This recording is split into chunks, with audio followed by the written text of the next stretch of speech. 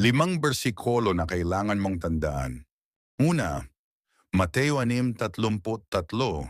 Ngunit hanapin muna ninyo ang kaharian ng Diyos at ang kanyang katuwiran, at ang lahat ng mga bagay na ito ay idaragdag sa inyo.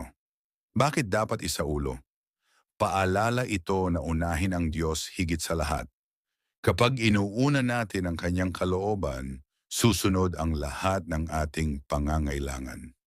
Pangalawa, Filipos 4:13, lahat ng bagay ay magagawa ko sa pamamagitan ni Kristo na nagbibigay sa akin ng lakas. Bakit dapat isaulo? Isang makapangyarihang talata ng paghikayat. Walang hamon na di kayang lampasan kapag si Kristo ang nagbibigay ng lakas. Pangatlo, Kawikaan 3:5-6. Magtiwala ka sa Panginoon ng buong puso at huwag kang manalig sa sarili mong kaunawaan. Sa lahat ng iyong mga lakad ay kilalanin mo siya at itutuwid niya ang iyong mga landas. Bakit dapat isaulo?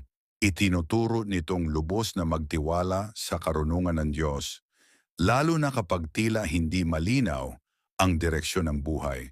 Pang-apat, Roma 8:28, at nalalaman natin na sa lahat ng bagay ay gumagawa ang Diyos para sa ikabubuti ng mga umiibig sa Kanya na tinawag ayon sa Kanyang layunin. Bakit dapat isaulo? Paalala ito na kahit ang mga pagsubok ay ginagamit ng Diyos para sa mas dakilang layunin. Panglima, Awit 23, talata 1. Ang Panginoon ang aking pastol, hindi ako magkukulang. Bakit dapat isaulo? Isang talata ng kapayapaan. Paalala na ang Diyos ang nagbibigay at nagpoprotekta sa kanyang mga anak,